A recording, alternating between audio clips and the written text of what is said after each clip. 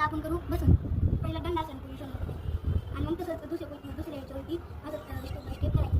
चला पहिलं आहे वक्रासन. पहिलं लेफ्ट पायाला राईट पायाच्या साईडला ठेवायचं आणि त्याच्या नीला शिवायचं लेफ्ट हाताने आणि लेफ्ट हात आणि राईट हात तिथं फ्लोअरला चिपवायचे. लेफ्ट पायाच्या गोल्डन गोल पॉसिबल नाही तर एक हात मागत आणि एक हातात वरती ठेवायचं आणि थोड्या वेळाने लगेच 10, 9, 8, 7, 6, 5, 4, 3, 2, 1 असं बोलायचं काय. आणि मग वापस स्टेप बाय स्टेप यायचं. पहिलं हँड मागं आणि पाय वापस येतं आणि मग सरळ करायचं. आता तसंच आपण दुसऱ्या पायाने करू. त्या साईडला 10, 9, 8, 7, 6, 5, 4, 3, 2, 1 आता स्टेप बाय स्टेप वापस येतो. पण हात सरळ पाय इकडं पाय कसं.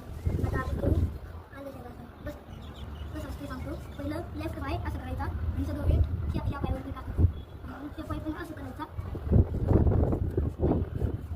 आणि मग परत असं करायचं आणि मग असं बसायचं असं आणि पहिलं हात असं करायचं तसं हात पांगला करायचे आणि स्लोली असं खाली टाकायचं आणि फ्लोअरला डोकं टच करायचं.